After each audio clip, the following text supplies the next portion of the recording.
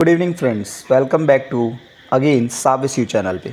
आज हम बात करने वाले हैं आसाम के केस पे।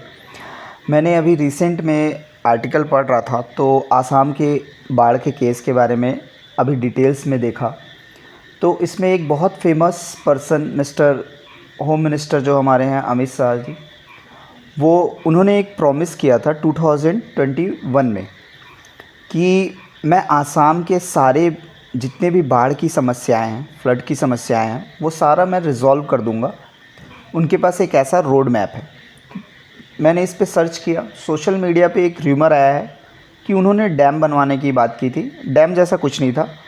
जब मैंने रिसर्च पूरी तरीके से अच्छे से देखा तो उसमें मुझे पता चला कि उन्होंने डाइवर्ट करने की बात की थी। जितनी भी नदी, रिवर्स हैं, रिजर्वायर हैं, वो उसको डाइवर्ट करेंगे, लेक और बहुत सारे झील और बहुत सारे डिफरेंट चीज़ें बनाएंगे, जिससे क्या है कि फ़्लड लेवल जैसे पहले था उसके हिसाब से ख़त्म हो जाएगा। और उन्होंने 5 ईयर के प्रॉमिस किया था, मुझे 5 साल दे दीजिए और नेक्स्ट 5 ईयर में आपकी सारी प्रॉब्लम्स रिजॉल्व हो जाएगी।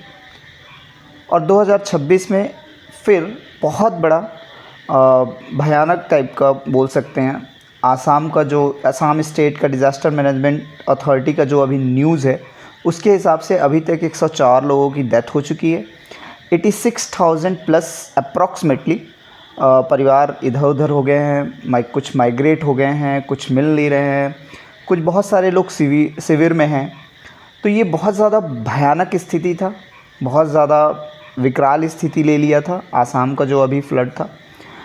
इन दैट केस जो हमारे प्रेजेंट होम मिनिस्टर हैं, उनकी जो प्रॉमिस थी 2021 में, उस प्रॉमिस के तहत उनके पास एक रोड मैप था जिससे वो फ्लड को कम कर देते। सैटेलाइट विज़न से उन्होंने देखा था कि क्या क्या करने से रिज़ॉल्व हो जाएगा, और ये प्रॉमिस पूरी तरीके से झूठ रहा। अब इस पे गवर्नमेंट से क्वेश्चन करना कितना सही है और कितना गलत, इसका आइडिया मुझे कम है, क्योंकि आजकल राइट टू इन्फॉर्मेशन को भी 2023 के पर्सनल डाटा में डाल दिया जाता है। ये भी एक बहुत बड़ा प्रॉब्लमेटिक केस है जो अभी प्रेजेंट में सुप्रीम कोर्ट में चल रहा है। 24 जुलाई को हुआ था पहला केस, अभी हियरिंग कंटिन्यू नहीं हुआ है। इसमें एक चीज़ समझना पड़ेगा, आपके पास बस एक ही हथियार है, वो है article 326 right to vote universal एडेड फ्रेंचाइजी, जिसमें ये बोला जाता है कि हर एक नागरिक को अधिकार है कास्ट, जेंडर, रिलीजियस, सबसे बियॉन्ड जाके पुअर, रिच, हर कोई वोट कर सकता है। और वोट करते समय आप एग्जैक्टली फैक्ट एंड फिगर्स को चेक करे बिना वोट बिल्कुल मत करिए।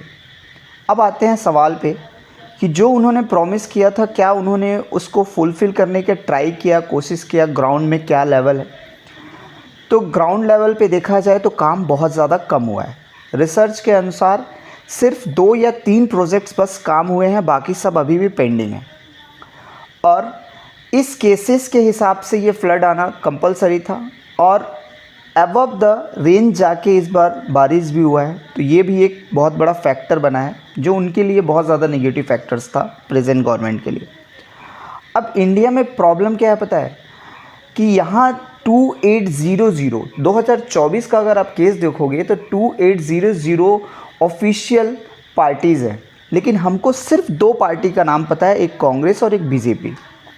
अभी मैं अगर किसी पूछ दूँ इंडियन पर्सन से तो बहुत ही कम लोग जानेंगे एनपीपी हमारी नेशनल पार्टी है।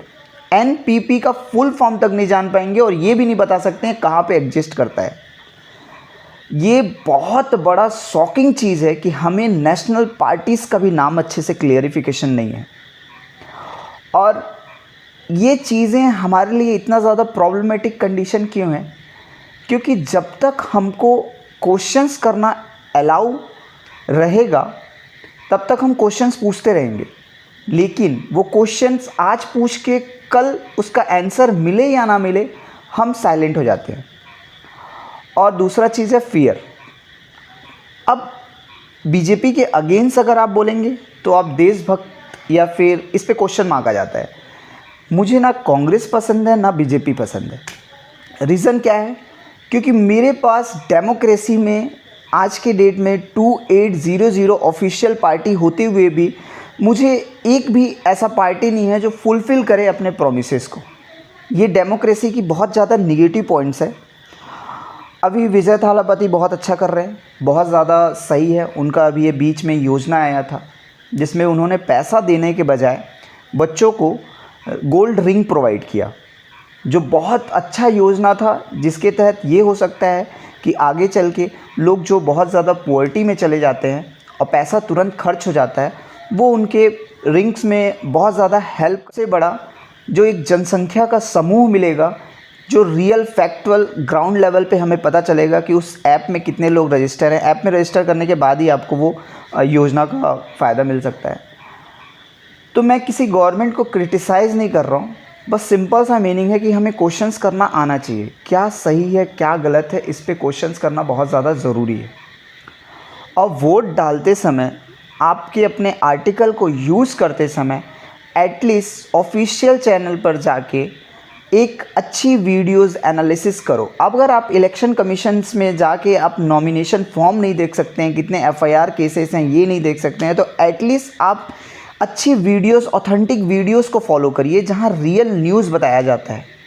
मैं हर दिन एक आर्टिकल लेके आ रहा हूं, आप इस चैनल को फॉलो करिए, चीज़ें बताइए, और जो भी आप कमेंट करेंगे उसको मैं सर्च करके प्रॉपर एविडेंस के साथ मैं उसकी डिटेल्स दिया करूँगा। जितना हो सके फॉलो करिए, शेयर करिए, और अगली बार वोट डालते समय अपने आर्टिकल, अपने पावर का यूज़ करते समय प्लीज़ एनालिसिस करके वोट दीजिए।